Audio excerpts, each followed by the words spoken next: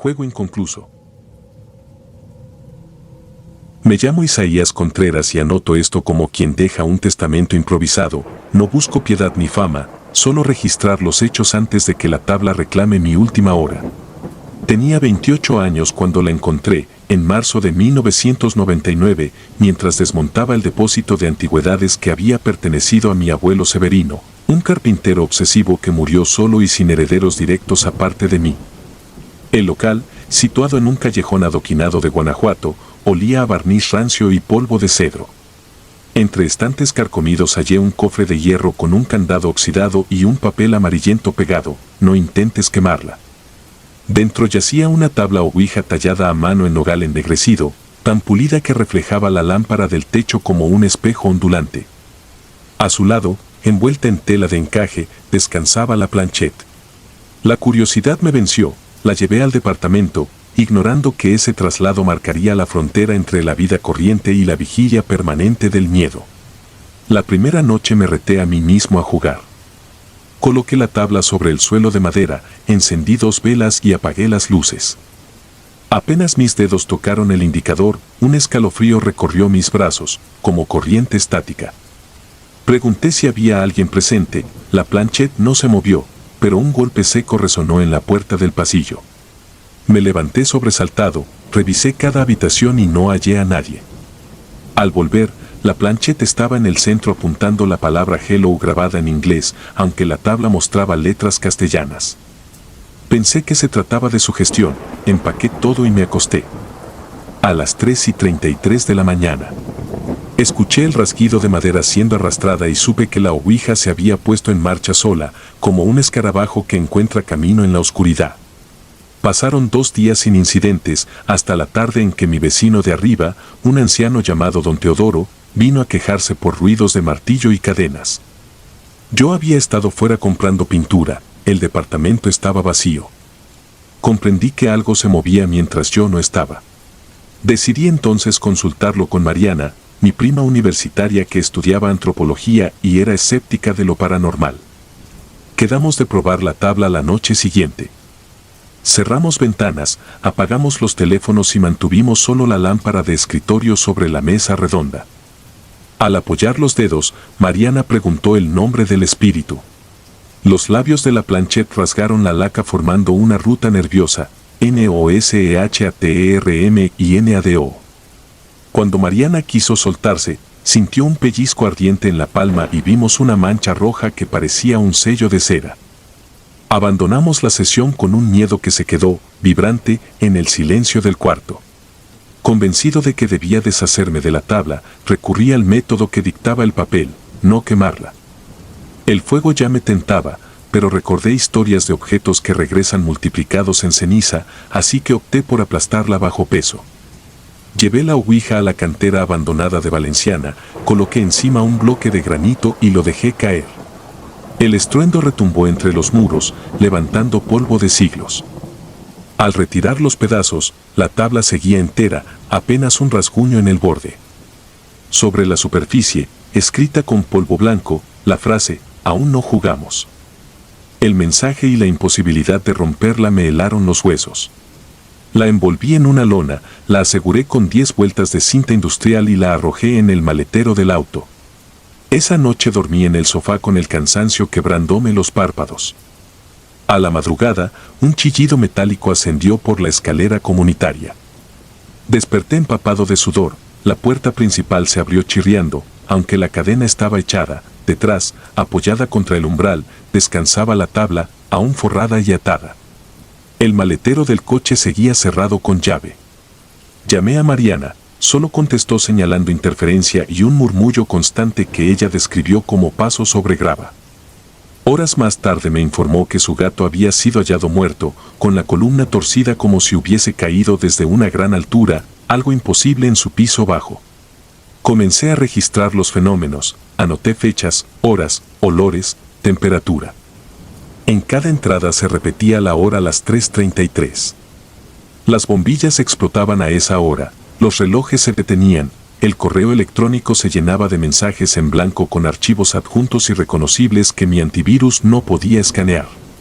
Una vez hallé la palabra play escrita en el vaho del espejo del baño mientras me afeitaba. Perseguía patrones, hallaba solo insistencia, como si la entidad se alimentara de mi agotamiento. Desesperado, contacté a Fray Emiliano, un fraile franciscano que visitaba hospitales para rezar por enfermos terminales. Accedió a pasar una noche en el departamento. Oró en latín, roció agua bendita y colocó reliquias sobre la tabla. Durante la oración final la Planchet giró sola y, con un golpe seco, expulsó la cruz de madera que él había apoyado encima. Al caer, la cruz se partió en dos. El fraile me miró con ojos hundidos y pronunció, casi sin aire, aquí no impera lo santo. Esto pertenece a algo que no muere. Recomendó sellarla en plomo y depositarla en un recinto sagrado cerrado con sellos eclesiásticos. Pero no había templo dispuesto a almacenar semejante reliquia. Ideé entonces un entierro definitivo. Con ayuda de mi amigo Rigoberto, herrero de profesión, fundimos un cajón de acero de 8 milímetros, colocamos dentro la tabla, la Planchet y medio kilo de sal gruesa. Soldamos la tapa, cubrimos todo con cemento de fraguado rápido y le incrustamos una placa numerada. Conducimos de noche hasta la presa de la Purísima, donde la profundidad supera los 50 metros, y la sumergimos desde el muelle abandonado, guiados por la luz pálida de la luna. El sonido al golpear el agua fue hueco y absoluto. Una sensación de alivio me sostuvo por una semana hasta que recibí un paquete por mensajería sin remitente. Dentro había un trozo de metal corroído, idéntico al borde del cajón, y, envuelta en papel húmedo, la tabla, impecable, con 2 palabras pulidas en la madera: mi turno. La cordura me abandonó poco a poco. Dejé de trabajar, dejé de salir. Empujado por el pánico, contacté a un curandero mazateco llamado Cipriano, famoso por cerrar portales. Llegó con copal, plumas y rezos prehispánicos.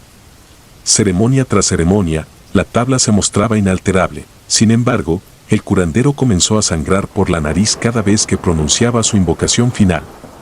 En la 5ª sesión, al romper el saumerio, Cipriano cayó de rodillas, señalando la tabla con un dedo tembloroso. La madera resumaba savia negra que formaba letras como gusanos. Comienza. Se fue sin cobrar. Días después supe que sufrió un accidente de coche en la carretera a Silao. El parte médico, todos los relojes de su tablero detenidos a las 3:33. Decidí huir. Vendí muebles, tiré papeles, empaqué ropa mínima. Pero antes de cerrar la puerta para siempre, el teléfono fijo, desconectado meses atrás, sonó con timbre agudo. Contesté. Una voz infantil, frágil y lejana, pronunció mi nombre, seguida de un susurro coral que repetía: no has terminado. Colgué, bajé las escaleras a la carrera, subí al coche. Cuando puse la llave, la luz del tablero parpadeó y apareció en la pantalla de combustible un mensaje imposible: Ste. El motor murió. Miré al asiento del copiloto. La Planchet reposaba allí, señalando la O. Sin vehículo ni refugio, caminé hasta el mirador del Pípila. Amanecía y la ciudad respiraba vapor gris.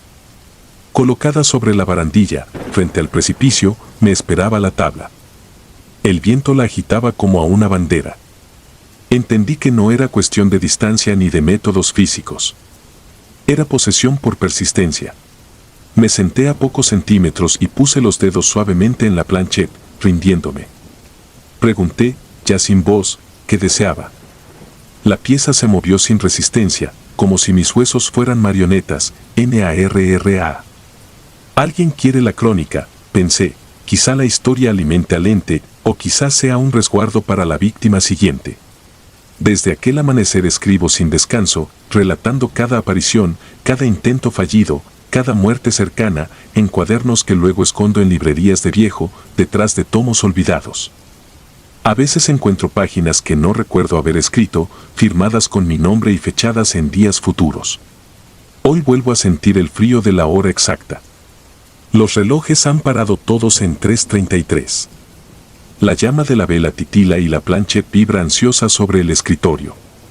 Sé que el ciclo está por cerrar, que la entidad reclama una partida final, quizás un relevo. Si estás leyendo esto, tal vez la madera crujió en tu sala.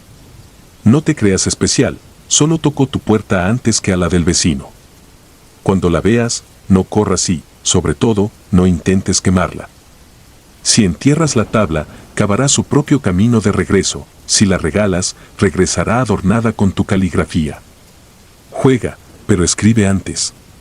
Documenta el miedo, alimenta la memoria del objeto, porque al final eso parece exigir que el terror no se pierda, que cada voz añada un tramo a la misma carretera. Yo terminaré esta página y apoyaré mis dedos por última vez. Oigo el golpeteo en la ventana, 3 veces, rítmico, percutido con paciencia. La Planchette me llama. El aire huele a barniz viejo y ceniza. Tal vez esta confesión sea la llave de salida para otro, tal vez solo sea leña para un fuego que jamás se consume. Pero si alguna noche, al prender tu lámpara, hallas la tabla sobre tu escritorio y el mensaje aún no jugamos escrito con trazos húmedos, recuerda que no existe distancia, agua ni metal capaz de frenar al juego inconcluso. Habrá un turno para todos, y tu única defensa será narrar antes de mover la primera letra.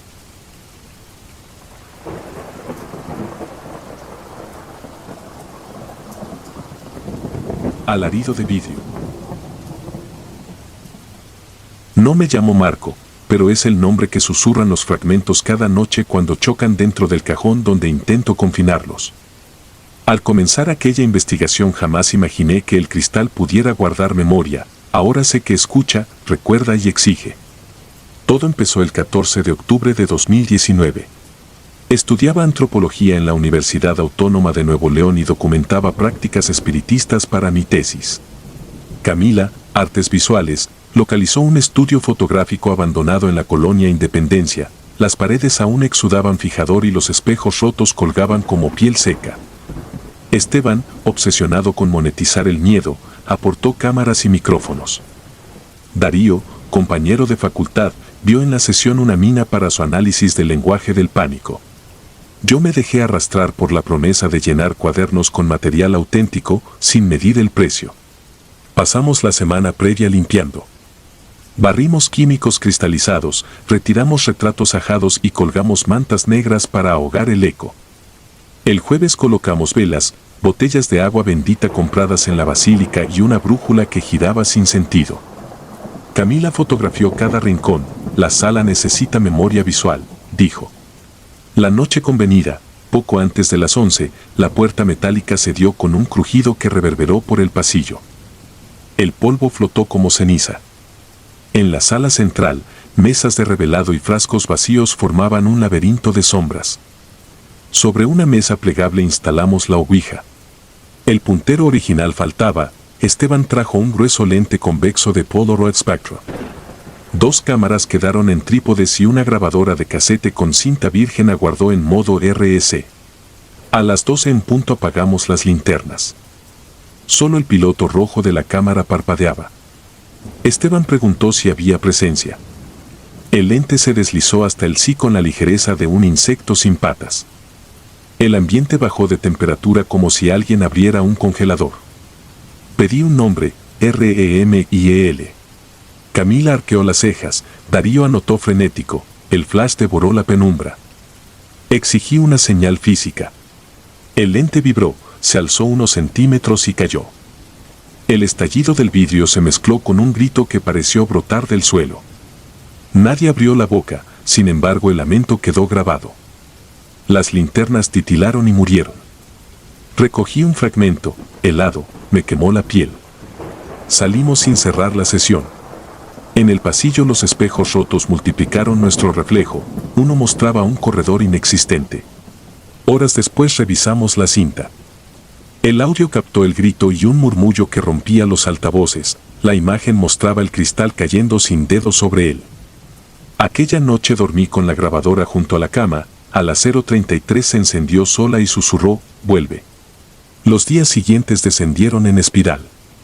Camila halló polvo vítreo sobre la almohada y un mensaje en su baño, juega conmigo. Darío oía estallidos dentro de la cabeza y sangraba por los oídos al mirarse al espejo. Esteban descubrió surcos en la pared de su estudio formando, abre. Yo despertaba con la sensación de que arena de vidrio raspaba mis órganos. A finales de octubre intentamos destruir la tabla. Bajamos al lecho seco del río Santa Catarina, cavamos un pozo, hicimos astillas la madera y rociamos gasolina. Las llamas la convirtieron en carbón, pero el cristal no se derritió, resplandecía con fulgor azul. Al apagarse las brasas quedó un hueco circular, la tabla se había desvanecido. Esteban propuso encerrar el fragmento en una caja de hierro y arrojarlo a un pozo petrolero abandonado en Cadereyta. El 7 de noviembre lanzamos la caja, el metal se desintegró en chispas y el cristal flotó un instante, reflejándonos multiplicados, antes de caer ileso. El parabrisas del coche se cuarteó en espiral y sanó al apartar la mirada. El 12 de noviembre Esteban desapareció. En su departamento, un agujero perfecto del tamaño del lente atravesaba la pared y olía a cables quemados. Su cámara mostraba horas de un cuarto vacío, salvo por el puntero girando como si buscara dónde posarse. Camila perdió la visión del ojo derecho tras el impacto de un proyectil invisible. Los médicos extrajeron polvo vítreo que, al diluirse, formó, aquí. Darío fue hallado en la biblioteca, inmóvil ante un espejo empañado donde alguien escribió con el dedo, no puedo dejar de escucharlo. Los médicos no hallaron daño orgánico, pero sus tímpanos vibraban como antenas. 2 noches recitó números que coincidían con las coordenadas del puente del Papa, la hora las 0:33 y la fecha de nuestra sesión. Al tercer día quedó mudo y escribe frases con esquirlas que saca de los bolsillos de su bata. Cuando la enfermera barre el polvo, las motas forman círculos idénticos a los que surgen cada madrugada en mi almohada. Me mudé a Oaxaca con mi abuela y tomé otro apellido. Cambié vasos y espejos por metal, pero cada mes recibo un sobre lleno de arena cristalina que suena como reloj de arena. Los entierro en cemento fresco, al amanecer reaparecen sobre la cama. Sueño corredores de espejos donde mis reflejos gritan sin voz, despierto a las 0:33 con microcortes en los labios. El 24 de diciembre decidí concluir la sesión. Regresé al estudio. La puerta estaba entreabierta, el aire olía a solvente. La sala brillaba con velas que nadie encendió. Sobre la mesa, la tabla intacta y el lente balanceándose sobre la letra G. Sin tocarlo, las letras se iluminaron, J-U-E-G-A. Me senté, apoyé los dedos y pregunté qué quería. El puntero deletreó S-A-N-G-R-E. Un estruendo abrió el techo, lluvia de fotografías antiguas donde aparecíamos con los ojos cubiertos de cristal. Las fotos se deshicieron en polvo que se metió en mis pulmones. El puntero ardía y mis dedos no podían soltarlo. La tabla deletreó P-U-E-N-T-E. Comprendí, el hermano de Camila, Luis, se suicidó lanzándose del puente del Papa. El vacío bajo el puente era la puerta que la entidad usaba. El aire se volvió vidrio líquido, la sala se transformó en túnel de espejos que llevaba al cauce del río. La lámpara estalló y surgió una figura hecha de fragmentos suspendidos por hilos de luz. Sin rostro, solo un hueco dentado. Sentí que mi sangre corría hacia los dedos pegados al lente. Arranqué la mano, la piel quedó adherida. Lancé el puntero, se hundió en la pared sin dejar fisura, como si el edificio lo devorara. Grité mi nombre verdadero y, adiós. Un viento barrió el polvo, apagó las velas y dobló la puerta metálica. Afuera, el campanario marcaba 0:33 y se detuvo. Permanecí unos minutos paralizado, incapaz de decidir si volver o huir. El estudio se reflejaba sobre sí mismo, un espejismo de destellos azules que palpitaban al ritmo de mi cuello. El pavimento se cubrió de astillas que formaron un círculo perfecto alrededor de mis zapatos, cada una tintineó al chocar con la otra como si imitara mi respiración. Corrí convencido de que el sonido provenía de mi pecho, no del suelo. Antes de abandonar Oaxaca recibí una última señal, la pantalla de mi teléfono se cuarteó y mostró una carretera desierta iluminada por farolas desconocidas. Al ampliar la foto advertí, pintada sobre el asfalto, la silueta de un tablero idéntico al nuestro. En los metadatos figuraban la hora a las 0:33 y la ubicación exacta del puente del Papa. El fragmento encapsulado tembló, la burbuja interior latió 2 veces como un corazón reclamando cuerpo. Esa noche comprendí que la distancia no sirve, el vidrio no viaja, simplemente se refleja donde quiere. Solo me queda correr antes de que encuentre el ángulo perfecto para romperme.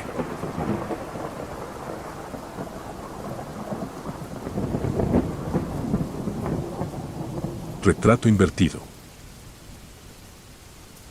Me llamo Iván Morales y todavía tiemblo cuando recuerdo el invierno de 2012, aquel semestre en que creí que los fenómenos paranormales eran puro folclore universitario.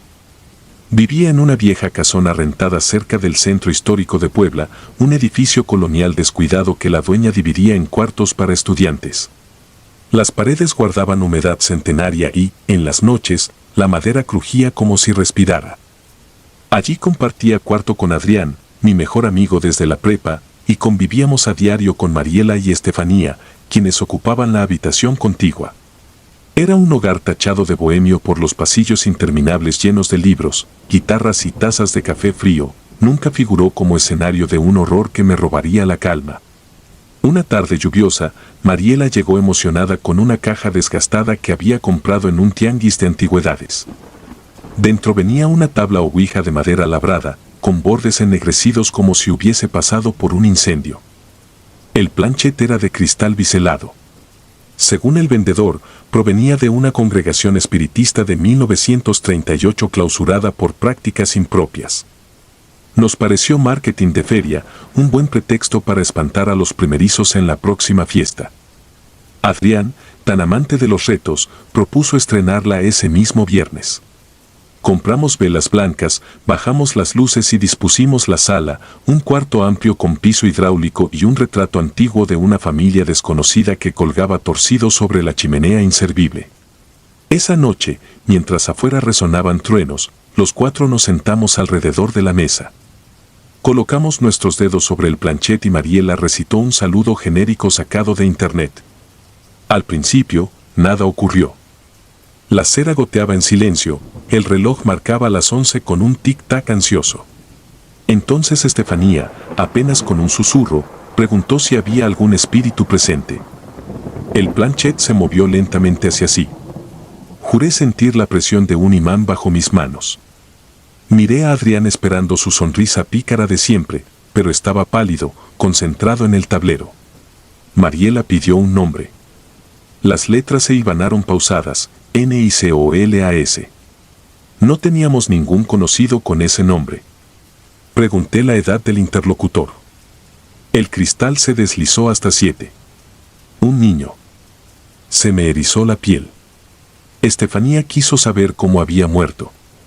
El planchet tembló y deletreó, F-U-E-G-O.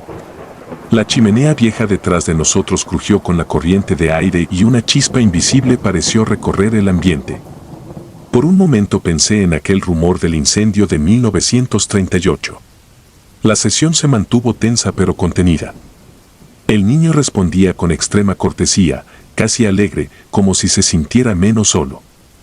Tras media hora, un golpe seco en el techo nos sobresaltó y la vela más cercana se apagó. Decidimos cerrar la sesión siguiendo el protocolo. Gracias por comunicarte. Adiós. El planchet se desplazó a adiós sin ayuda. Rompimos el círculo, prendimos las luces y tratamos de volver a un tono de broma, aunque el silencio dominaba. A la semana siguiente, Adrián apareció con una cámara instantánea recién heredada de su tío. Propuso fotografiarnos durante la siguiente sesión para documentar el fenómeno. A las 10 de la noche del miércoles, colocamos la cámara en un trípode improvisado. Programamos el temporizador y nos sentamos. Todo parecía una repetición rutinaria hasta que Estefanía, contra nuestros acuerdos, preguntó, «Nicolás, ¿quieres vernos?». El planchet se fue directo así y luego trazó con urgencia, «Foto». Envalentonados por el morbo, posamos alrededor de la tabla. La cámara hizo clic y expulsó la película que revelaba lentamente sobre la mesa. El papel se oscureció. Primero aparecimos nosotros, rostros tensos y sonrisas forzadas. Atrás de Adrián, sin embargo, se materializaba la silueta borrosa de un infante. Al definirse por completo, notamos su expresión neutra, los ojos lechosos y un contorno desdibujado como humo. No había duda, no estaba con nosotros en la sala durante la exposición. La impresión cayó de mis manos, Mariela gritó, Estefanía corrió al baño y Adrián se quedó petrificado. Intenté racionalizarlo, doble exposición, falla química, truco de luz. Pero la cámara era analógica y apenas habíamos estrenado la película. Esa madrugada nadie durmió. Guardamos la foto dentro de un libro grueso y prometimos no volver a tocar la tabla, pero la tensión flotaba como electricidad estática. 2 días después, mientras yo estudiaba en el comedor, escuché pasos infantiles corriendo por el pasillo. Creí que la imaginación me jugaba sucio. Sin embargo, una risa breve retumbó entre las paredes y la puerta se cerró de golpe. Revisé los cuartos, Mariela en la cocina, Adrián en la azotea, Estefanía en la biblioteca improvisada. Ninguno había estado cerca. Empezaron los golpes a las 3 o 4 de la madrugada, 3 toques firmes en la puerta de mi cuarto, siempre seguidos de un ligero arrastre, como uñas arañando. Cuando me atreví a abrir, no había nadie. Las velas, puestas a modo de vigilia, amanecían derretidas. Una sombra menuda cruzaba el corredor reflejada en el televisor apagado. Quise convencerme de que era una proyección de los faros de los autos en la calle, pero las ventanas daban a un patio interior oscuro. La gota que colmó nuestra cordura sucedió el 18 de diciembre. Adrián se encerró a escribir un ensayo y, según dijo, sintió un frío intenso a su espalda. Cuando volteó, la foto guardada en el libro reposaba sobre su escritorio, abierta en la página donde la habíamos ocultado. Sangraba una mancha de humedad bajo la figura infantil, como si se filtrara tinta fresca. El olor era a papel quemado. Él juró escuchar un susurro que no era palabra, apenas un siseo prolongado que salía del retrato antiguo sobre la chimenea. Corrió a mi habitación y me mostró la imagen empapada. En lugar del niño borroso, el rostro estaba nítido y clavaba la mirada directamente sobre mí. No lo discutimos, había que deshacernos de todo. Esa misma noche, reunimos la tabla, el planchet y la fotografía dentro de una caja metálica. Bajamos al patio trasero, cavamos un hoyo y rociamos alcohol. Prendimos fuego.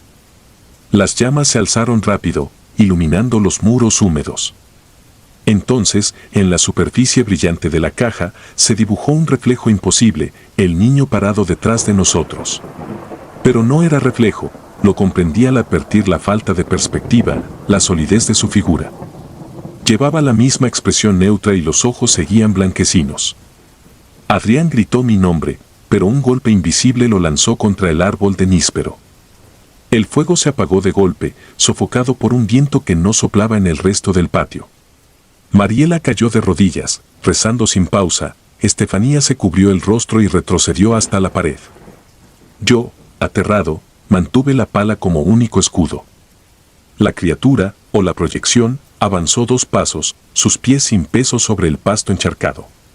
De su boca se escapó un chasquido, apenas un eco leve, y algo crujió en el interior de la casa. La puerta principal se abrió de par en par, rechinando como una carcajada oxidada. Sentí que, si cruzaba ese umbral, quedaría atrapado en un espacio donde el tiempo se arruinaba como película vieja. Hubo un destello, la fotografía en el suelo se encendió sola, ardiendo con una llama azulada que desprendía un olor ácido. El niño giró la cabeza hacia la imagen en combustión y su rostro se deshizo en humo denso que revoloteó en espirales antes de disiparse. El viento dejó de azotar, la caja brilló todavía incandescente y el fuego renació, esta vez prendido sobre la madera de la ouija. No lo pensamos, palear tierra encima se convirtió en reacción instintiva. Aplasté la caja y los fragmentos de la tabla hasta sofocar cualquier chispa.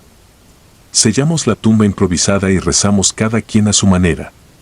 Durante los días siguientes, limpiamos la casa. Quitamos el retrato polvoriento de la chimenea y lo tiramos a la basura. Adrián, sin embargo, empezó a sufrir pesadillas con un niño de ojos blancos que lo observaba a través de la rendija de la puerta. Mariela se mudó con una tía, Estefanía abandonó la universidad ese semestre. Yo resistí un mes más, pero cada noche, a las 3 en punto, la puerta de mi armario se abría para mostrar oscuridad más densa que la nocturna. Finalmente, dejé la casona y me mudé a un departamento nuevo. Han pasado 13 años. La ansiedad nocturna persiste. A veces, cuando revelo fotos con mi celular, aparece un píxel muerto justo detrás de alguna figura humana, una mancha blanquecina en forma de silueta infantil.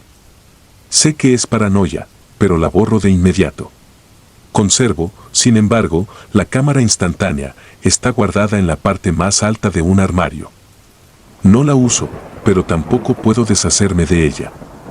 Siento que, mientras exista, la historia permanece encerrada. El problema es que hace unos días encontré, junto a mis archivos antiguos, una foto que no recordaba haber tomado. 4 jóvenes alrededor de una mesa, 2 hombres, 2 mujeres y un niño, perfectamente enfocado, de pie detrás de todos. Al reverso, escrito con tinta corrida, podía leerse una sola palabra: vuelvan. No la quemé. La llevo conmigo, escondida en este cuaderno, como evidencia de que algo nos observa desde un recuadro imposible. Contarla es el único recurso que me queda para mantenerlo lejos, aunque confieso que, mientras escribo estas líneas, escucho pasos ligeros en el pasillo de mi apartamento.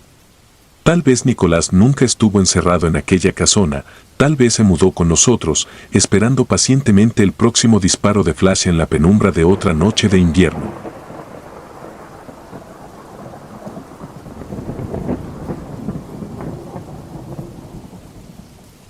Susurros que permanecen. Me llamo Darío y debo escribir esto antes de que la vigilia me rompa el juicio. Llevo 2 noches sin dormir, aún con los párpados hinchados, oigo la planchette raspar madera, deletrear la misma orden que nos dio la madrugada del 14 de junio de 1998, quédate. Si alguien lee esto y cree en la cordura, tal vez entienda por qué ninguno de nosotros consiguió volver a llevar una vida normal. Éramos 4 estudiantes de antropología, Laura, Marina, Arek y yo, asignados a una práctica de campo sobre tradiciones funerarias del norte. La universidad nos alojó en un caserón colonial del barrio antiguo de Monterrey, edificado en 1760, con muros de adobe cubiertos de líquenes y un patio donde las higueras parecían retorcerse para huir del sol. De día catalogábamos amuletos, rezos y leyendas, de noche, el aburrimiento nos impulsaba a probar aquello que la metodología prohíbe. La ouija apareció en la segunda semana. Arek la compró en Laredo, convencido de que destruiría cualquier ilusión. Marina la limpió con alcohol y rezó un Padre Nuestro. Laura apagó las luces, dejando 4 velas blancas. Yo llevaba cuaderno y cronómetro para registrar cada desviación. El reloj del pasillo marcaba 2:09 cuando apoyamos los dedos en la planchette triangular. Las preguntas iniciales fueron banales. El puntero avanzaba perezoso, reímos. Eric citó el efecto ideomotor. Cuando Marina pidió la hora precisa de la muerte de su hermano, dato que nadie conocía, el puntero giró con violencia y marcó 18:47. Marina se heló, era exacto. El aire cambió, como si la sala respirara por nosotros. La planchette se apartó de nuestros dedos y se deslizó sola, golpeando letras hasta formar quédate. Después cayó al suelo y las velas se extinguieron, como si hubieran arrancado el oxígeno. Un susurro emergió del centro, la voz de Laura, amortiguada, como tras un vidrio grueso.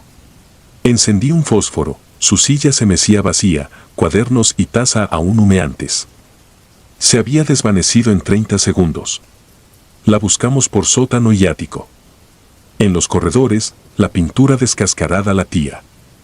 Sombras alargadas se proyectaban sobre columnas de piedra, cada rincón devolvía ecos que no emitíamos. Al llegar al ala sur, Arek tropezó con la planchette rota, aún caliente, como recién partida tras recorrer 40 metros. Sin señal telefónica y con la línea fija muerta, Marina propuso volver a la tabla. Coloqué la mitad intacta y pregunté dónde estaba Laura. El puntero escribió DNTRO, pregunté dentro de qué, pero no respondió, las velas se apagaron y la puerta principal crujió bajo golpes crecientes. En el patio, un destello de luz mostró la sombra de un cuerpo colgando en el balcón, la silueta de Laura giraba lentamente, sin cuerda. Subí los 24 escalones, en el desván hallé la ouija perfecta y sentí un agarre glaciar en los hombros. No había nadie, pero mi piel mostraba huellas digitales azules, como escarcha. No recuerdo bajar. Desperté al amanecer con Marina y Arek exhaustos, Laura seguía ausente. La policía archivó el caso sin pistas. Desde entonces sueño con ella, un túnel húmedo donde camina de espaldas, la planchette sujeta a sus labios como bozal, repitiendo quédate. El caserón se volvió inhabitable. Grifos soltaron agua negra, Las paredes sudaban símbolos circulares atravesados por líneas, idénticos a los usados para marcar huesos infantiles. Una tarde, vi la planchette horadar la tierra del patio. Aquella misma noche la tabla reapareció sobre mi mochila, intacta. Grabé con la cámara VHS. Al reproducirla, un susurro se coló en la cinta, la voz de Laura pronunciando mi nombre. Marina instaló una grabadora digital, los archivos captaron pasos, risas ahogadas, la plancheta arrastrándose, órdenes, quédate, escucha, respira. A las 3:33, siempre el llanto de un bebé bajo el agua. El 17 de agosto la confronté. Pregunté, ¿quién eres? Escribió ella. Pregunté, ¿dónde estás? Respondió, contigo. Pregunté, ¿qué quieres? Deletreó vivir. Un golpe eléctrico me partió el pecho, caí. Los médicos diagnosticaron encefalitis sin virus. Al salir del hospital huí a Chihuahua y renté un motel de carretera. A la medianoche, la planchette cayó sobre la televisión apagada y marcó llegué. En el estacionamiento, las llaves de los autos formaban un círculo a su alrededor. Un exorcista de Ciudad Juárez rezó a distancia, tembló cuando la planchette deletreó su nombre. Esa noche soñó con Laura y abandonó el sacerdocio. Alex se refugió en un rancho sin electricidad, Marina ingresó en clausura.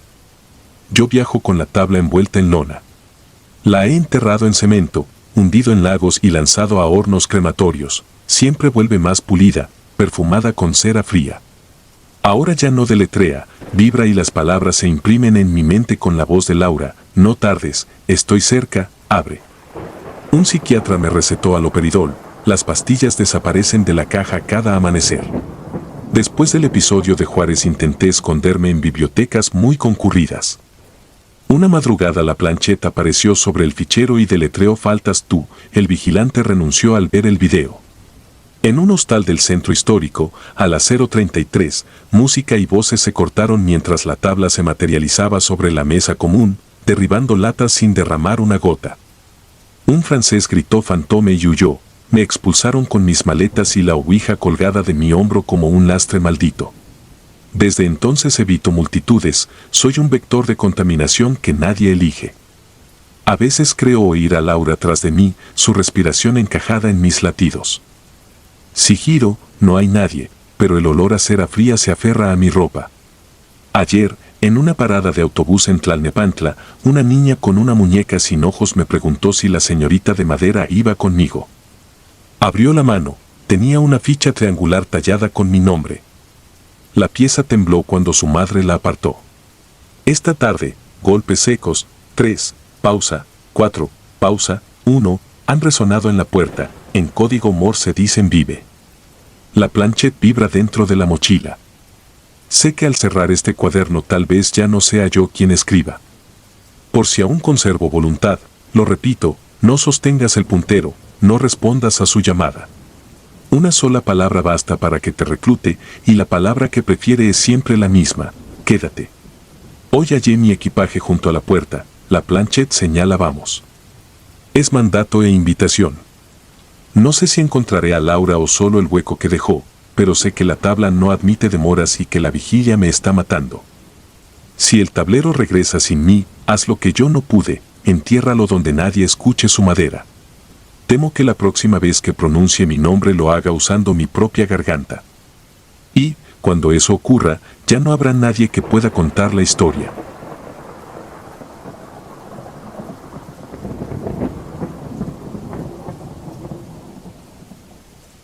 El niño del pozo. ¿Alguna vez un tablero de cartón te ha dictado el resto de tu vida? Esa noche, mientras velas baratas chispeaban en la sala polvorienta de aquella casona vacía, pude sentir como el piso cedía 1 centímetro bajo mis tenis, como si la casa misma respirara.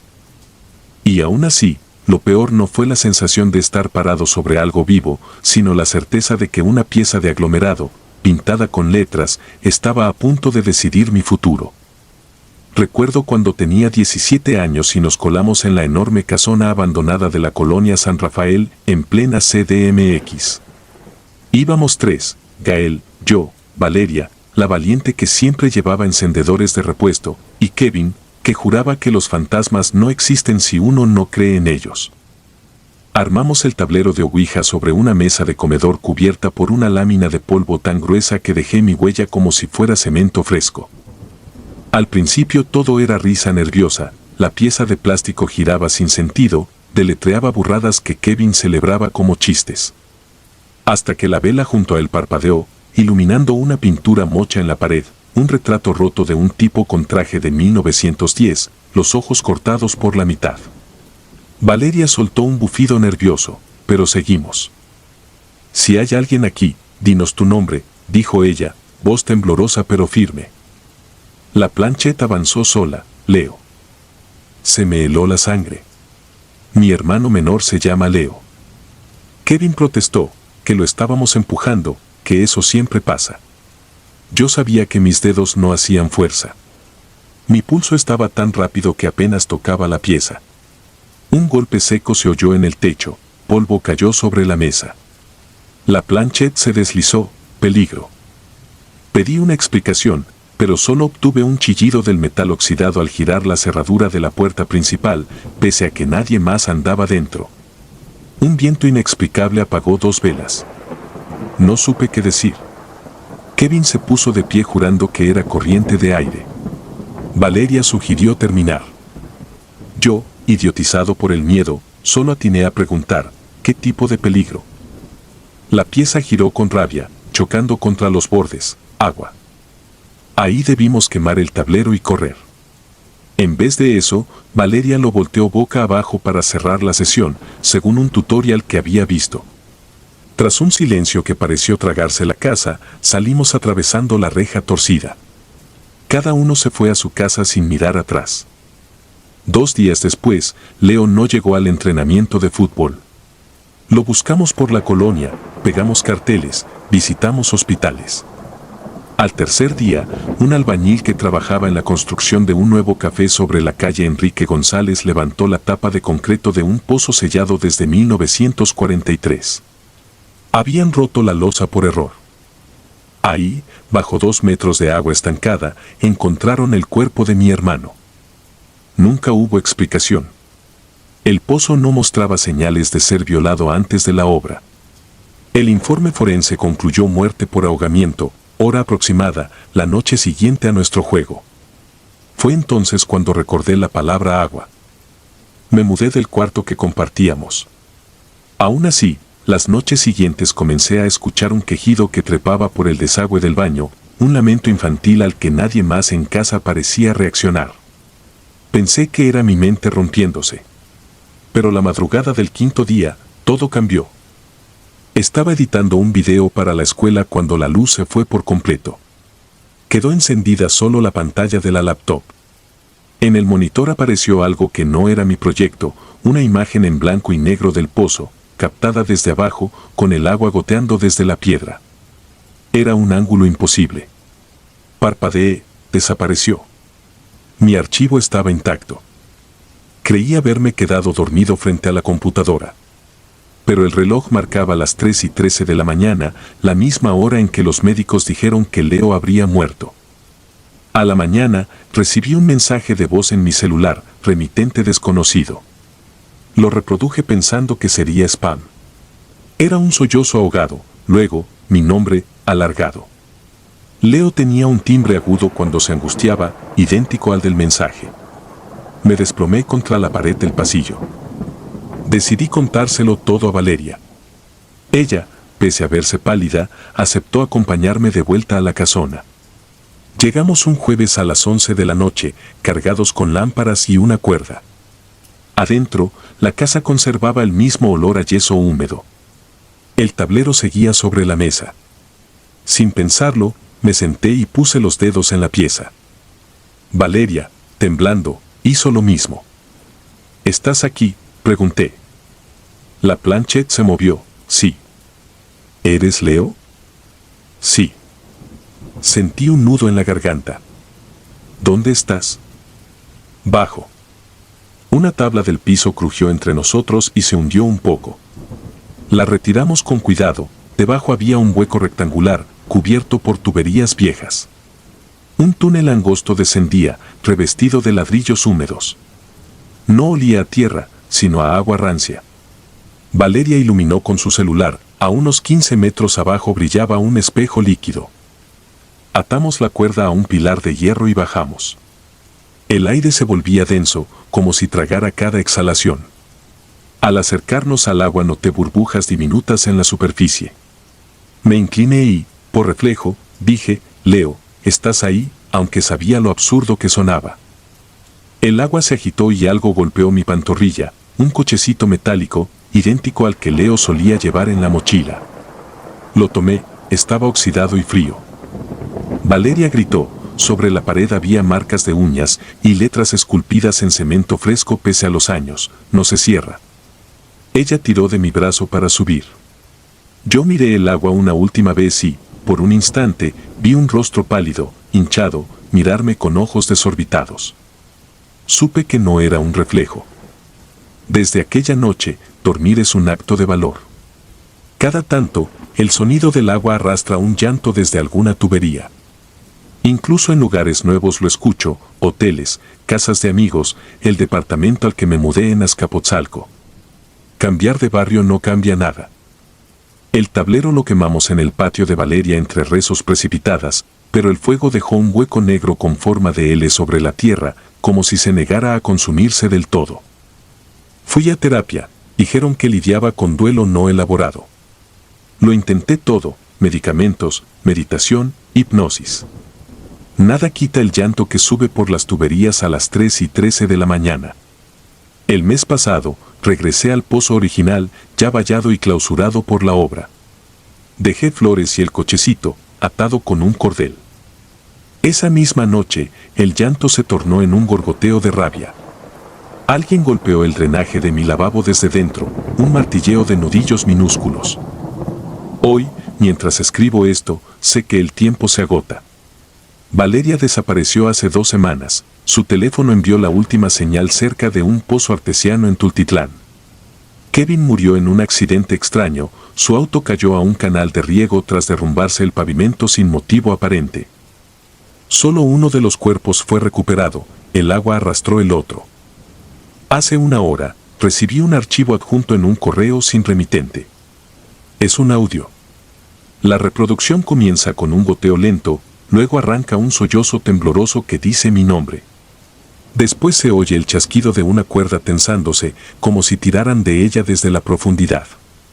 No quiero escucharlo de nuevo. Pero la ventana del correo se reabre sola cada vez que lo cierro. Hay humedad en las paredes de mi cuarto. Pequeños regueros bajan formando letras. Deletrean ven. El reloj marca las 3:12 de la mañana. Si alguien encuentra esto, no intente consolarme con palabras de fe o razón. Solo asegúrense de que nadie juegue de nuevo al tablero en la colonia San Rafael. Y si oyen llorar a un niño desde las tuberías, no respondan. Porque en ese instante, el agua ya estará subiendo a buscarles los tobillos. Y créanme, no hay tapón ni concreto capaz de detener algo que murió sediento de aire, y que ahora vuelve para compartir su último aliento contigo.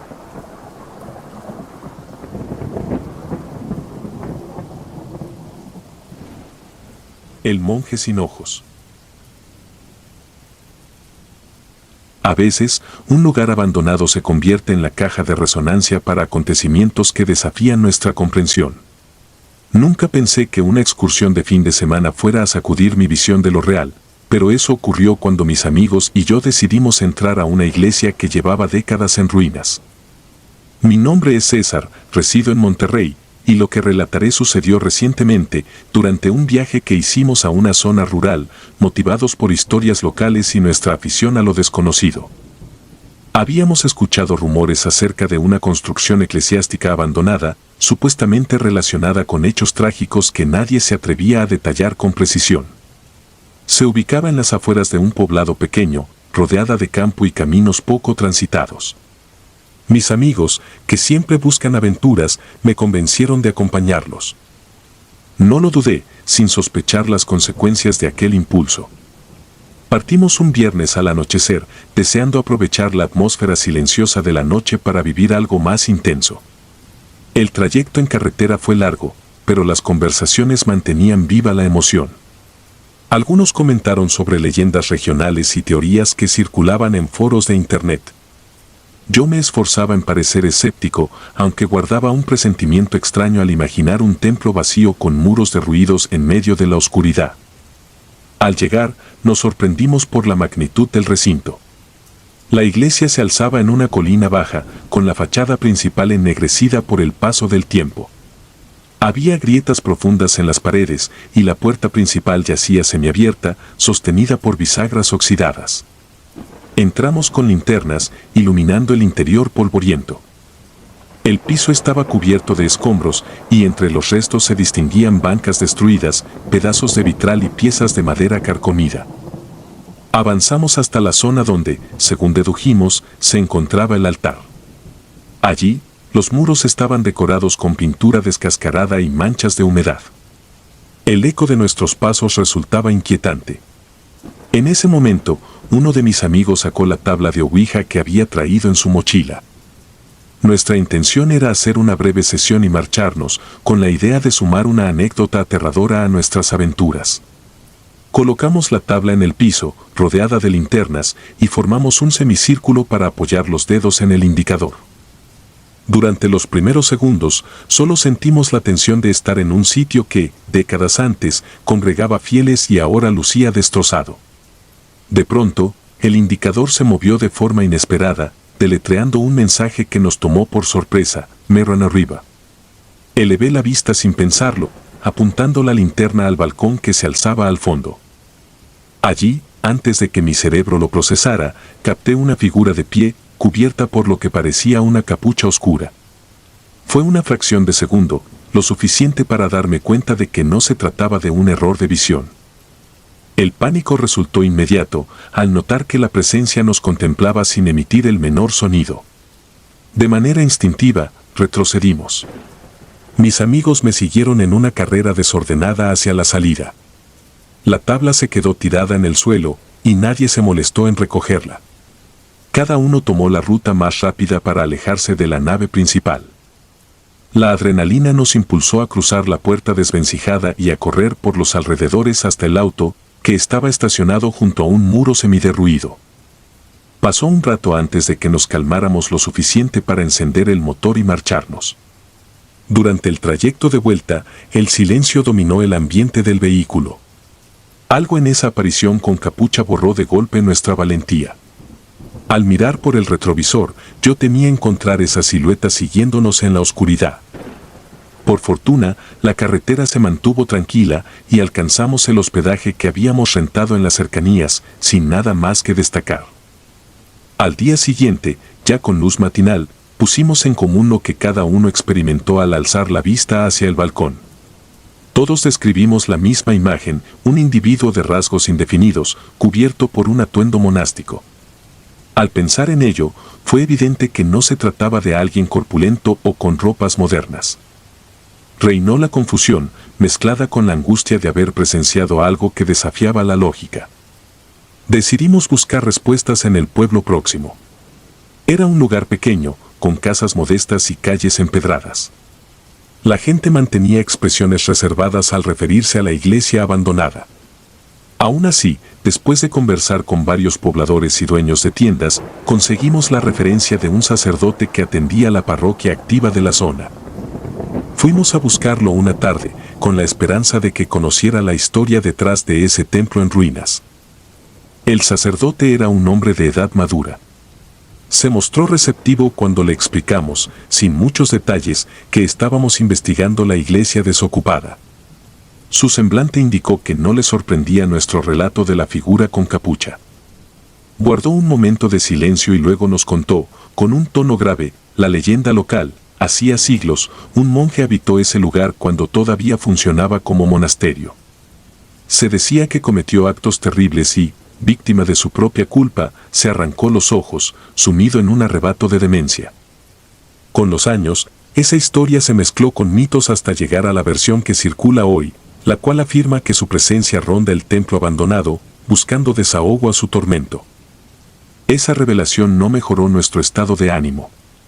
Al contrario, la idea de haber estado tan cerca de un ente que, según la leyenda, había cometido un hecho tan atroz, hizo que la noche anterior cobrara otra dimensión. Sentí un nudo en la garganta al imaginar la posibilidad de que aquello no fuera un simple mito, sino una energía atrapada en un lugar que quedó marcado por un suceso fatídico. De regreso al hospedaje, mis amigos y yo debatimos la posibilidad de volver o no a la iglesia para recuperar la tabla y cerrar correctamente la sesión. Algunos pensaban que era mejor dejarla allí y no tentar más a la suerte. Otros proponían ir de día, confiados en que la claridad del sol brindaría mayor seguridad. Al final, acordamos intentarlo, con la condición de hacerlo poco después del amanecer, cuando la luz fuera abundante y el edificio se viera menos intimidante. Llegamos al templo cerca de las 7 de la mañana del día siguiente. El lugar parecía distinto bajo la luz fuerte del sol.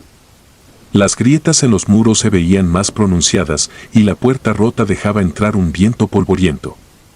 Entramos con cuidado, esquivando pedazos de teja caídos y restos de bancas destrozadas. Avanzamos con la esperanza de encontrar la tabla en la zona del altar. Para nuestro desconcierto, el indicador se hallaba a varios metros de la tabla, como si alguien lo hubiese movido del lugar. No había marcas de pisadas recientes, pero la situación nos resultó inquietante.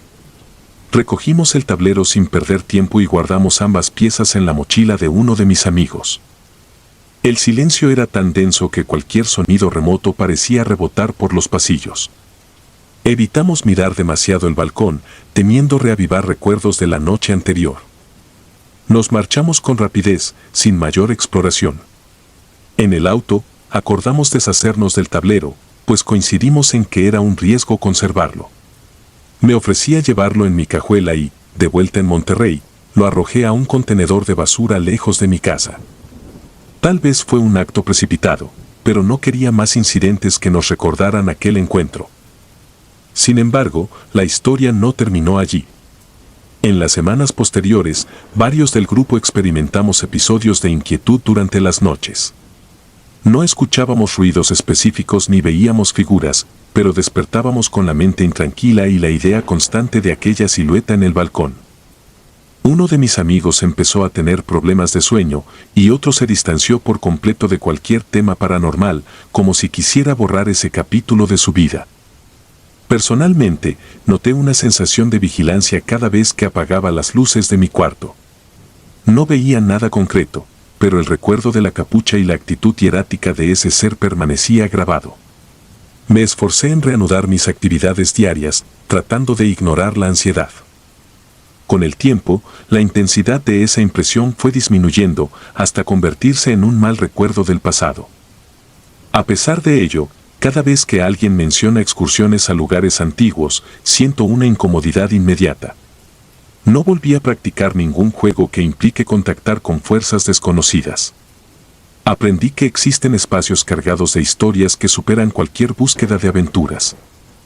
La iglesia abandonada representa, para mí, un umbral donde la lógica cede ante lo inexplicable.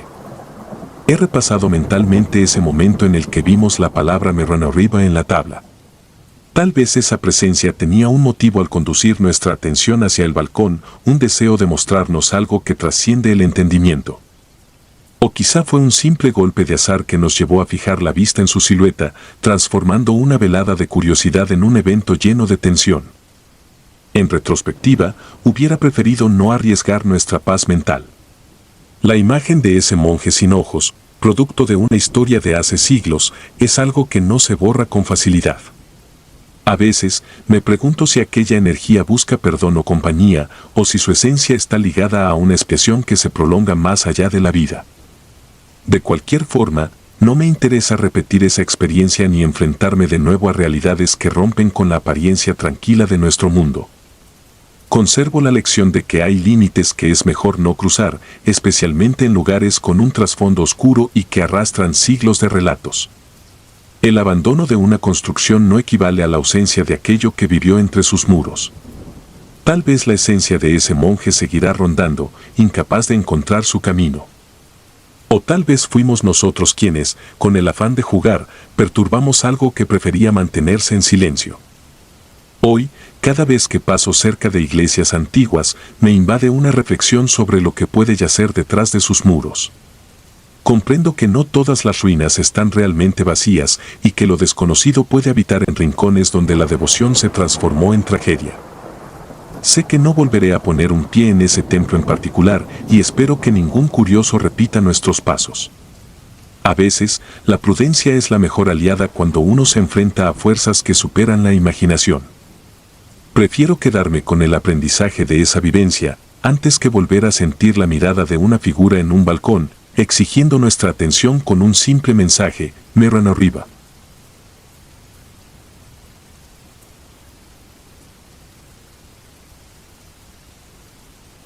El niño de la carretera. Aquel periodo de mi vida transcurría con la despreocupación típica de la juventud. Tenía 21 años, vivía en Hermosillo y creía que no había obstáculo que mis amigos y yo no pudiéramos sortear con entusiasmo y valentía. Cada fin de semana, buscábamos planes distintos, a veces explorábamos cerros de la región, otras salíamos en largas caminatas por los alrededores. Nada se comparaba con la adrenalina de descubrir lugares abandonados y recónditos.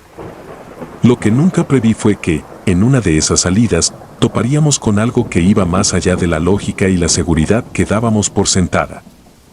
Era el año 2003 y una tarde de sábado, después de convivir en casa de mi amigo Germán, alguien mencionó la idea de probar una tabla de ouija que otro de nuestro grupo, Jorge, había adquirido en un bazar. Nadie la consideraba en serio, pero la curiosidad superó las risas y los comentarios escépticos. En vez de jugar en un sitio habitual, se nos ocurrió conducir por la carretera antigua que se dirigía a un conjunto de rancherías, un tramo poco transitado y lleno de leyendas urbanas. Se decía que esa vía ocultaba secretos de la época en que el transporte de carga era más riesgoso y precario. Al anochecer, abordamos el carro de Jorge con la tabla guardada en su funda. Éramos 5 en total: mi primo Edgar, 2 amigos más llamados Roberto y Germán, además de Jorge y yo. Conducíamos entre conversaciones y música, tratando de no pensar demasiado en lo que íbamos a hacer. Viajamos durante casi una hora en medio de un camino con curvas y rectas interminables, iluminado apenas por los faros del vehículo. En la distancia se veían cerros oscuros que se alzaban contra un cielo despejado. Decidimos detenernos en un tramo rodeado de matorrales secos, donde solían pasar muy pocos vehículos a esas horas. El ambiente se volvió silencioso tras apagar el motor. La luna ofrecía un resplandor tenue, suficiente para distinguir la silueta de los cerros y el contorno de la carretera. Bajamos con la tabla y las linternas, buscando un espacio donde sentarnos sin quedar expuestos al tráfico. A varios metros de la línea asfáltica, encontramos un terreno polvoriento, casi llano, donde se erguía un viejo poste de alumbrado ya sin luz. Nos acomodamos en círculo. La ouija se veía desgastada, con las letras apenas visibles en algunos sectores. Recuerdo que sostuve la linterna mientras Jorge extendía el indicador de madera. Edgar prendió otra linterna, apuntando al suelo para iluminar la superficie, y Roberto se encargó de vigilar si se acercaba algún automóvil. Aún con la actitud bromista que solíamos adoptar, noté un nerviosismo compartido. Al posar los dedos en el indicador, el aire se sentía pesado, como si nos hubiéramos desconectado de la cotidianidad. Por un momento, no ocurrió nada, solo estábamos los 5 en silencio, aguzando la vista por si veíamos algo extraño en la penumbra. De pronto, el indicador se movió con lentitud, trazando un par de letras que no supimos interpretar. Pensamos que alguno lo empujaba sin querer. Sin embargo, antes de soltar risas, la pieza se deslizó de nuevo de forma más firme hasta formar la palabra ayuda. Me quedé bloqueado unos segundos, intentando asegurarme de que no había sido Edgar o Germán quien movió el indicador a propósito. Sus expresiones eran un reflejo del asombro que yo mismo sentía. Tras varios segundos, soltamos el aire contenido, sin saber cómo proceder. Recuerdo que Jorge retiró su mano con algo de prisa, como si no quisiera seguir. Roberto, que normalmente era quien buscaba el lado práctico en todo, prefirió no insistir en más preguntas. Decidimos que era suficiente y que lo mejor era retirarnos de ahí. No queríamos forzar una experiencia que se tornara inquietante. Guardamos la tabla, sin cruzar muchas palabras, y regresamos al coche con la intención de alejarnos. La carretera lucía desierta, iluminada solo por la luna. Nos subimos y reiniciamos el trayecto de regreso a Hermosillo. En el camino, mientras Germán conducía, vimos algo a lo lejos que hizo que todos contuviéramos la respiración. Parecía la silueta de un niño, de pie junto al asfalto, separado de la vía por apenas un par de pasos. El brillo de los faros iluminaba parcialmente su figura, que se encontraba inmóvil. La altura indicaba que no era un adulto. Nadie esperaba ver a un menor de esa edad a esas horas, en medio de la nada. Disminuimos la velocidad por precaución, procurando descifrar si se trataba de una persona real. Sin embargo, al pasar muy cerca, la imagen se desvaneció de pronto, como si nunca hubiera estado allí. El corazón me latía con fuerza mientras Germán recuperaba la marcha normal. Edgar y Roberto iban en silencio, con la mirada fija en la carretera, sin atreverse a comentar lo que acabábamos de observar. Jorge, sentado a mi lado, se cubría la boca con la mano, procesando la escena. Tras recuperar la compostura, optamos por seguir hasta la ciudad, sin detenernos más. Al llegar, cada uno se fue a su casa, convencidos de que había sido una jornada demasiado confusa y que necesitábamos descansar. A la mañana siguiente, los comentarios circularon por mensajes entre nosotros. Coincidíamos en que aquello no había sido normal. Edgar decidió investigar en foros o noticias viejas sobre incidentes en esa carretera antigua. Al cabo de unos días, nos reunió para contarnos que, en un portal de periódicos locales, aparecía una nota de años atrás donde se relataba el atropello de un menor en ese tramo, con detalles muy escuetos. La fecha coincidía con la época en que la carretera estaba en uso constante para transporte de mercancías. El niño, según la crónica, había perdido la vida en condiciones trágicas, sin que el conductor se detuviera a auxiliarlo. Este hallazgo reforzó la sospecha de que aquello que vimos podía estar relacionado con la petición de la Ouija. La palabra ayuda cobró otro sentido, como si hubiese sido un llamado desde un acontecimiento del pasado que seguía sin resolver. En nuestro círculo de amigos surgió la idea de organizar un segundo viaje para colocar flores o una ofrenda en el sitio aproximado donde habíamos visto al niño. Era una forma de rendirle respeto en caso de que su historia siguiera atada a ese lugar. Llegamos un sábado por la tarde, llevando un pequeño ramo y unas veladoras. El trayecto se sintió más pesado que de costumbre, quizá por la tensión que arrastrábamos. Al encontrar el lugar exacto, estacionamos el coche a un costado y descendimos con las flores. El calor típico de Sonora nos hacía sudar y el silencio del camino intensificaba el ambiente. Nos acercamos con cautela, sin saber exactamente dónde colocar la ofrenda. Decidimos hacerlo a un costado de la carretera, en un punto donde la maleza dejaba algo de espacio para un improvisado altar. Lo instalamos con la mayor serenidad posible. Miré alrededor esperando que algo irrumpiera de improviso, pero no sucedió nada extraordinario. Aún así, la sensación de estar en deuda con esa historia era evidente. En mi interior, sentía que habíamos cruzado una línea al jugar con la tabla en un lugar tan cargado de emociones. Nos quedamos unos minutos en silencio, meditando sobre la tragedia. Luego, subimos de nuevo al auto para marcharnos. El camino de regreso transcurrió sin apariciones y sin sobresaltos. Esa noche, dormí mejor que en la ocasión anterior.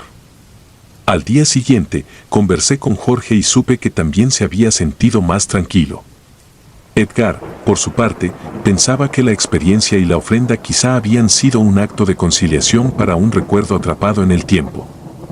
Sentíamos que, de algún modo, habíamos respondido al llamado que leímos en la Ouija, aunque fuera de manera simbólica. No obstante, en días siguientes, Roberto refirió que algunos compañeros de su trabajo comentaron la leyenda de un niño que se aparece en la carretera vieja de Sonora. Según rumores, es común que conductores nocturnos vean a una figura infantil que se desvanece al querer prestar auxilio. Esto se había convertido en un relato popular, pero nunca imaginé que viviríamos un suceso tan cercano. Me pregunté si más gente habría experimentado algo parecido y si habían encontrado la misma petición, ayuda. Desde entonces, cambié mi percepción de ciertos espacios. Aquella carretera dejó de ser un simple camino abandonado para convertirse en un escenario donde persisten historias de dolor que necesitan reconocimiento. Aprendí que hay situaciones que no se resuelven con explicaciones sencillas ni con la actitud escéptica que antes me caracterizaba. En los días que siguieron, cada uno de nosotros recapacitó sobre la osadía de usar la tabla en un sitio marcado por tragedias. Con el paso del tiempo, la vida siguió su curso y retomamos nuestras actividades cotidianas. Ya no organizamos más sesiones de Ouija, ni en carreteras ni en lugares cerrados. Si el suceso fue un fenómeno psicológico o realmente tocó un ámbito sobrenatural, prefiero no averiguarlo de nuevo. Lo que viví me bastó para entender que ciertos riesgos no valen la pena, en especial cuando involucran historias cargadas de dolor o hechos sin cierre aparente. Aunque la experiencia ocurrió hace años, todavía me invade un sobrecogimiento al pensar en esa palabra que la Ouija marcó con firmeza. No puedo usar el término casualidad para describir lo que vivimos. Cada vez que tomo la carretera vieja en un viaje ocasional hacia rancherías en Sonora, acelero el paso al cruzar el tramo donde nos detuvimos. No busco ver siluetas ni comprobar nada, solo me mantengo alerta, con el recuerdo latente de aquel niño al que jamás llegamos a contemplar de cerca. El encuentro fugaz que tuvimos me enseñó que la frontera entre lo que damos por seguro y lo que escapa a nuestro entendimiento puede diluirse en un instante, especialmente en lugares marcados por tragedias que la gente olvida con facilidad. Desde aquel suceso, evito bromear con tableros o rituales que puedan aflorar fuerzas incomprensibles. Nadie en nuestro grupo volvió a mencionar la Ouija con la ligereza de aquel entonces. Cada uno reaccionó de forma diferente. Jorge decidió guardar la tabla en un armario y se niega a venderla, por temor a que alguien más experimente algo similar. Edgar se volvió aficionado a la búsqueda de viejos archivos periodísticos, deseando descubrir si hay otras historias relacionadas. Germán optó por no insistir en planes arriesgados y Roberto, aunque conserva su espíritu práctico, no duda en reconocer que hay fenómenos que la lógica no consigue encasillar por completo. En mi caso, conté con el apoyo de mi familia para asimilar la experiencia, aunque me limité a dar datos generales. Preferí no detallar el uso de la Ouija ni la presencia del niño en la carretera. Describí la ofrenda como una especie de gesto de respeto hacia un difunto desconocido. Siento que, a fin de cuentas, ese acto fue una pequeña reconciliación con aquello que perturbó nuestra tranquilidad. De cualquier modo, cada vez que escucho el rumor de alguien que se encontró con una silueta infantil en lugares solitarios, no puedo evitar asociarlo con nuestra vivencia. Me queda el testimonio firme de que hay sucesos que no se pueden forzar sin consecuencias. La carretera vieja, con su asfalto resquebrajado y los cerros silenciosos, fue testigo de algo que superó la mera curiosidad adolescente. Las señales que encontramos apuntaban a un vínculo entre la tabla y la petición de un niño que perdió la vida en ese tramo. No sé si logramos darle la ayuda que pedía, pero el cierre de nuestro capítulo incluyó un acto sincero de respeto que espero haya llevado un atisbo de paz a su memoria.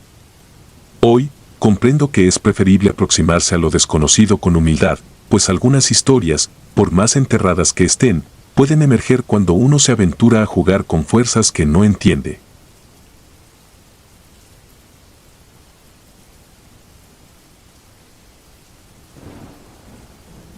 La sombra detrás. Nunca imaginé que una anécdota aparentemente inofensiva se transformaría en una experiencia que todavía altera mis noches. Con 16 años, pensaba que la vida era un cúmulo de descubrimientos fascinantes y que la valentía consistía en romper con lo convencional de forma ocasional. Ahora, con la perspectiva que dan los meses transcurridos, comprendo que ciertos actos pueden desatar sucesos imposibles de revertir. Esta es la historia de lo que ocurrió en Mérida, en la casa de mi prima Natalia, y de cómo un intento ingenuo de acercarnos a lo desconocido marcó nuestras rutinas de manera irreversible. Viajé a Mérida a principios de verano para pasar un par de semanas con mis familiares. Necesitaba un cambio de aires después de los exámenes finales, y la casa de mis tíos, con su gran patio y ambiente relajado, siempre me pareció el refugio ideal. Natalia, que tenía apenas un año más que yo, solía animarme con planes divertidos, desde visitar el centro histórico hasta probar gastronomía local. Esa vez, en lugar de proponer un recorrido turístico, me comentó que había conseguido una tabla de ouija de segunda mano, casi como si fuera una curiosidad de mercadillo. Me causó gracia que la considerara un objeto de colección, pero por dentro sentí un ligero nerviosismo que preferí disimular. Los días iniciales transcurrieron sin mayor novedad. Nos levantábamos tarde, veíamos películas y a ratos jugábamos con el perro de la familia en el patio trasero. Sin embargo, Natalia no dejaba de insistir en la idea de estrenar la tabla durante una de nuestras noches de ocio. En mi fuero interno notaba un ligero recelo, pero la convivencia cercana terminó por convencerme de participar, sobre todo porque ambos solíamos ser incrédulos respecto a fenómenos paranormales. Parecía un pasatiempo inofensivo, algo que contar más tarde a los amigos para reírnos de nuestra osadía. Una noche, alrededor de las 11, decidimos que era el momento. Preparé un lugar en la sala donde la luz era tenue, al tiempo que Natalia procuraba que sus padres y el resto de la familia estuvieran profundamente dormidos. El ambiente se sentía particular, las ventanas estaban cerradas para mantener el aire acondicionado, y todo parecía en calma. Colocamos la tabla sobre una mesa baja y nos sentamos frente a frente, con una pequeña lámpara que apenas iluminaba las letras y números. No había velas ni rituales complejos, solo la curiosidad que nos motivaba a probar aquello por nuestra cuenta. Al inicio, movimos el puntero sin encontrar respuesta.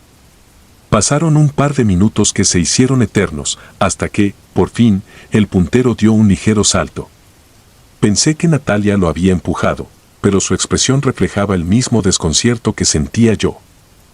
Parecía que algo, o alguien, comenzaba a guiarnos hacia letras que formaban palabras sueltas, imposibles de leer con coherencia. Nos reímos suavemente, atribuyéndolo a torpes movimientos involuntarios.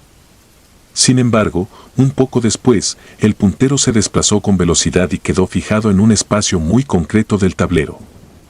Nos sorprendimos sin saber interpretar lo que había sucedido. Con cuidado, lo llevamos de nuevo al centro, preguntándonos mentalmente si algo se manifestaría. La tabla se movió en una trayectoria segura y marcó una frase que, al unir las letras, entendimos como detrás de ustedes. Mi corazón se aceleró. Traté de ver a Natalia en busca de una señal de que ella se hubiera prestado a la broma, pero su mirada denotaba la misma mezcla de incredulidad y sorpresa que la mía. Incapaces de reaccionar racionalmente, intentamos reír para aligerar la tensión, sin mucho éxito. Justo en ese momento, las luces de la sala empezaron a titilar. Todo parpadeó 2 o 3 veces, generando un ambiente extrañamente siniestro. Hubo un instante de silencio absoluto en el que lo único que podíamos oír era nuestra respiración agitada. Sin previo aviso, surgió un sonido grave que no logramos identificar. Era parecido a la risa profunda de un hombre, pero sin la calidez de una voz humana. Nos quedamos paralizados, sin articular palabra. Cuando volvimos a ser conscientes de nuestro entorno, Natalia se puso de pie de un salto y yo la seguí, con el corazón retumbando como un tambor. Salimos de la sala casi tropezando, dejando la tabla abandonada sobre la mesa. Corrimos a la habitación de Natalia y cerramos la puerta, sintiendo que aún seguía esa opresiva sensación de que algo nos acechaba. Ni siquiera hablamos de lo ocurrido, cada uno se metió a su cama, incapaz de procesar lo que acabábamos de vivir. Esa noche apenas dormí, con el cuerpo tenso y la mente llena de imágenes de esa risa inhumana y las luces apagándose. Al día siguiente, fingimos ante la familia que todo marchaba bien. Fuera de unas ojeras notorias, no dimos señales de nuestro nerviosismo. Natalia me confesó, sin pronunciar diálogos, que había tenido un sueño inquietante con una sombra que la observaba. Me limité a asentir, porque yo mismo había experimentado algo similar, aunque en mi caso solo recordaba una figura borrosa al final de mi cama. Traté de convencerme de que se trataba de simple sugestión tras lo que vivimos. Conforme avanzaron los días, noté que Natalia se mostraba distante y con un semblante cada vez más pálido. Se quedaba largos ratos en su habitación y sus padres empezaron a preocuparse por su falta de apetito y desinterés en las actividades que antes la motivaban. Aún sin una conversación abierta, comprendí que ella seguía experimentando sueños desagradables.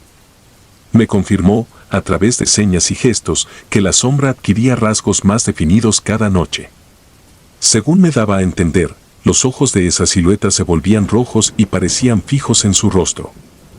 La noticia se esparció pronto dentro de la familia. Natalia no descansaba bien, y su humor empeoró hasta el punto en que su madre, la tía Beatriz, decidió intervenir con un método que, en otras circunstancias, nos habría parecido ridículo.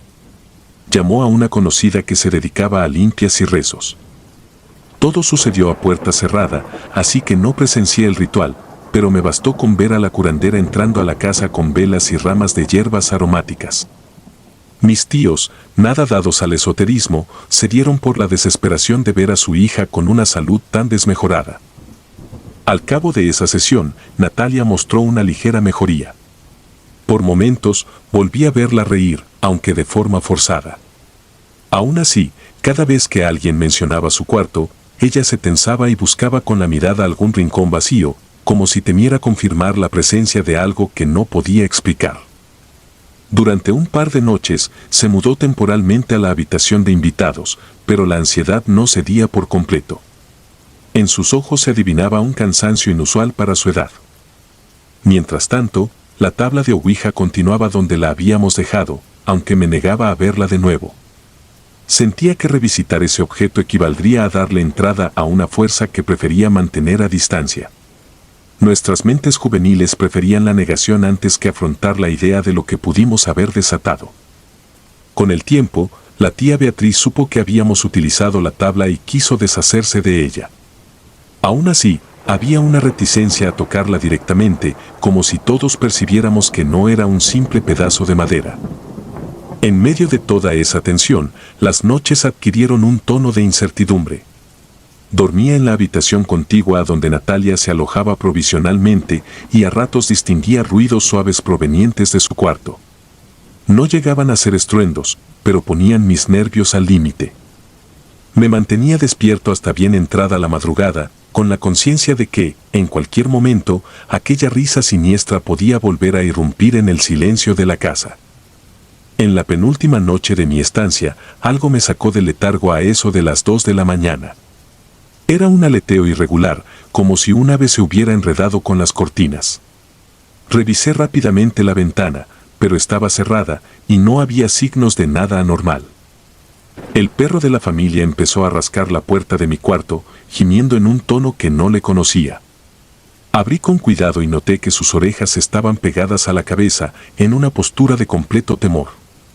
Se dirigió hacia el pasillo que conectaba con la habitación de Natalia, aunque ella ya no dormía ahí. Me acerqué con el pecho agitado y sentí un frío inexplicable. El perro se detuvo en seco y luego retrocedió, negándose a avanzar más. Preferí no investigar, recordando las vivencias previas. A la mañana siguiente, desperté con fiebre y un malestar generalizado. Mis tíos atribuyeron mi estado a la reciente ola de calor, pero en mi interior relacioné el suceso nocturno con algo más.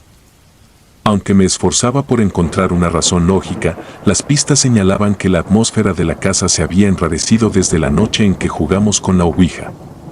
El sentido común me obligaba a minimizar los incidentes, pero mi intuición gritaba que no se trataba de simples coincidencias. Cuando llegó la hora de mi regreso, me despedí de Natalia prometiendo volver pronto, pero por dentro sentía un alivio agridulce al dejar esa casa. Observé su rostro y percibí un ligero sobresalto cada vez que alguien pasaba cerca de su cuarto. En mis últimos instantes allí, escuché a la tía Beatriz conversando con otra persona de la familia acerca de la necesidad de repetir la limpia. Natalia asintió con los labios apretados, dejando claro que nunca llegó a sentirse libre de aquella presencia. Al retomar mi vida en casa, quise pensar que todo quedaría en el olvido. Sin embargo, tardé semanas en recuperar la paz. Mis sueños seguían plagados de escenas confusas y cada vez que recordaba la risa que escuchamos aquella noche, se me revolvía el estómago. Los mensajes de Natalia confirmaban que, aunque su salud física mejoró, el ambiente de su habitación se sentía pesado.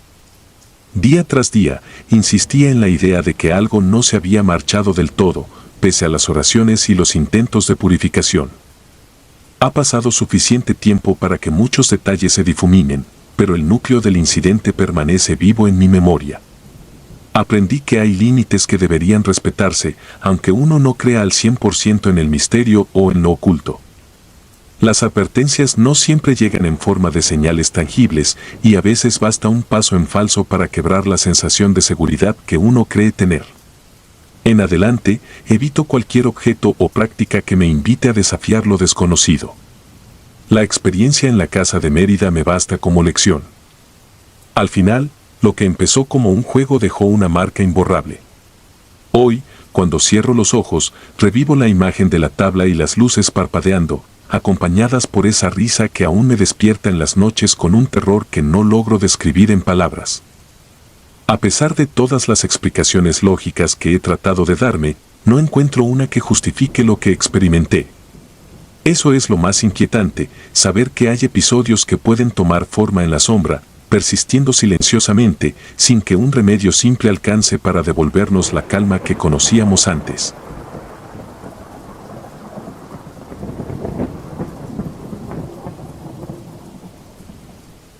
Juego inocente, juego peligroso. En algunas ocasiones, una decisión tomada por simple curiosidad termina revelando facetas sombrías de la realidad. Jamás pensé que el hecho de reunirme con unos amigos para experimentar un juego atípico desencadenaría sucesos que hasta hoy no logro explicar.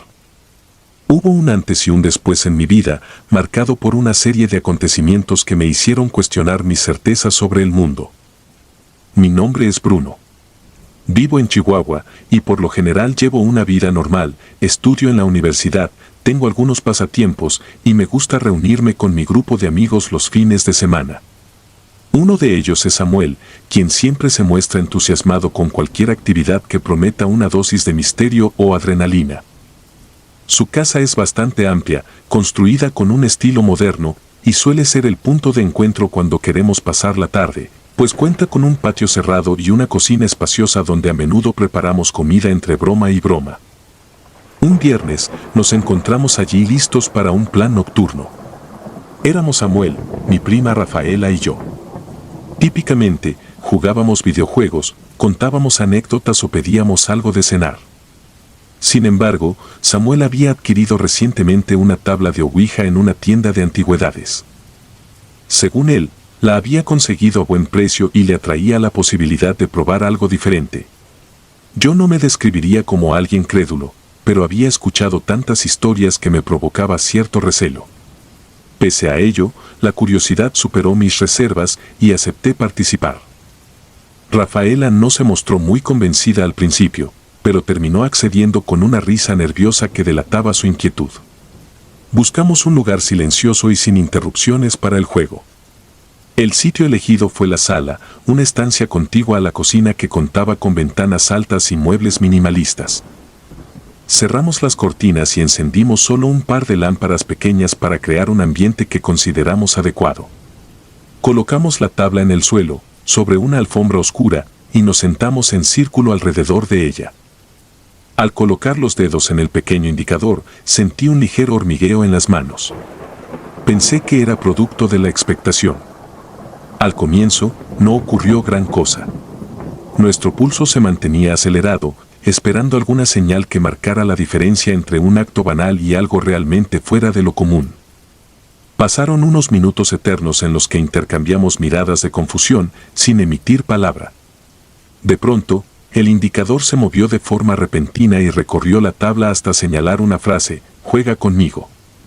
Me quedé en silencio y miré a Samuel, esperando que fuera una broma suya, pero su rostro lucía tan impresionado como el mío. El ambiente cambió de golpe. Había una tensión en el aire que se podía percibir de manera nítida. Sin embargo, en lugar de sentir pánico, lo interpretamos como un suceso extraño, pero tal vez explicable. Tal vez alguien movió la pieza sin darse cuenta. Decidimos continuar un poco más. Preguntamos algo mentalmente y en el instante siguiente se escuchó un sonido proveniente de la cocina. Fue breve, parecido a una carcajada infantil. Nos miramos asombrados, porque no había niños en la casa. Samuel murmuró algo ininteligible mientras se levantaba para revisar, pero no encontró a nadie. Volvimos a la sala con una sensación inquietante y nos quedamos sentados un rato, intentando asimilar lo que acababa de pasar. Decidimos que era mejor interrumpir el juego. Mi mente racional buscaba alguna explicación lógica, como que el sonido hubiese sido un audio desde un teléfono o la televisión encendida. Sin embargo, no encontramos nada que justificara claramente aquella risa. Pese al desconcierto, la noche continuó entre comentarios sobre lo sucedido y un intento de normalidad. Rafaela se fue temprano, y yo me quedé a dormir en la casa de Samuel, aprovechando que su habitación tenía 2 camas individuales y preferíamos evitar la calle a altas horas. Alrededor de la 1 de la madrugada, me fui a acostar con una incomodidad persistente. Samuel se quedó en la sala un rato más, revisando su celular o matando el tiempo. Dormí a medias, con un descanso ligero y sobresaltos ocasionales. Cerca de las 2 de la mañana, me despertaron pasos en el pasillo que conduce a las habitaciones. Abrí los ojos para ver si se trataba de Samuel, pero la puerta de nuestro cuarto seguía cerrada. No escuché más movimiento, así que intenté volver a dormir. A la mañana siguiente, noté que Samuel tenía un semblante pálido. Dijo que no había pegado ojo en toda la noche, pero no dio mayores explicaciones. Pasaron los días y me enteré de que su ánimo iba en declive, no rendía en las clases y parecía ensimismado cada vez que coincidíamos. Hablé con él de forma seria, preocupándome por su salud, y fue entonces cuando me confesó que había visto algo inquietante. Mencionó que, durante la noche del suceso, antes de dirigirse a su cuarto, distinguió la figura de una niña en el umbral de la puerta. El rostro estaba borroso, como si la realidad se distorsionara en ese punto concreto. No supo decir si era un simple juego de luces o un error de su visión, pero desde entonces no lograba evitar la tensión cada vez que la casa quedaba en silencio. Con los días, la situación empeoró. Samuel me contó que, a veces, a las 2 de la mañana, escuchaba la misma risa en su pasillo. Se asomaba y no encontraba a nadie. Su familia no vivía con él, ya que la casa pertenecía a un tío que se la prestaba mientras terminaba la universidad. Esto implicaba que pasaba muchos ratos en soledad, lo que incrementaba su angustia. Cada vez que le escribía por mensajes de texto, me encontraba con respuestas breves que dejaban ver su inquietud. Empecé a sentirme culpable por haber alentado la curiosidad de usar la tabla.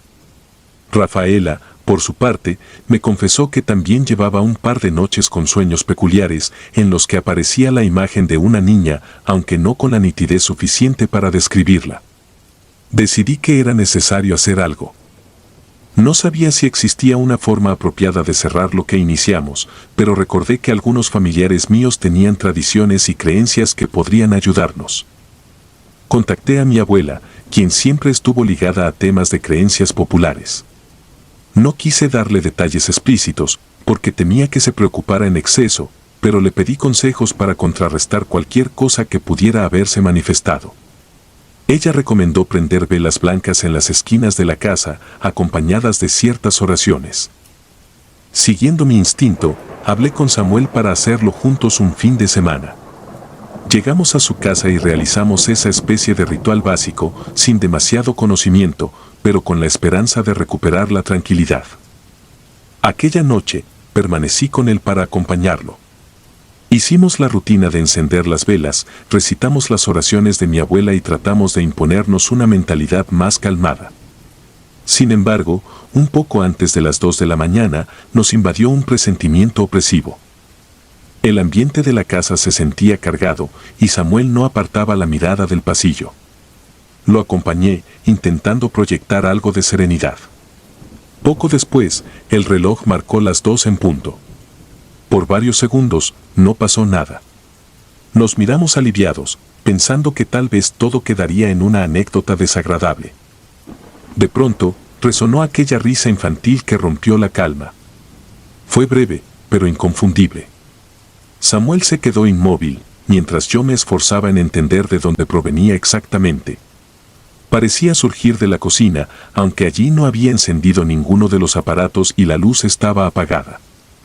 Corrí a encender el interruptor y revisé cada rincón, pero no encontré nada que lo explicara. Samuel llegó detrás de mí con el rostro desencajado, y nos quedamos un buen rato en silencio, sin encontrar una respuesta. A partir de esa noche, Samuel optó por dejar la casa con frecuencia. Se quedó varios días en el departamento de un amigo, alegando que necesitaba concentrarse en los exámenes de fin de semestre.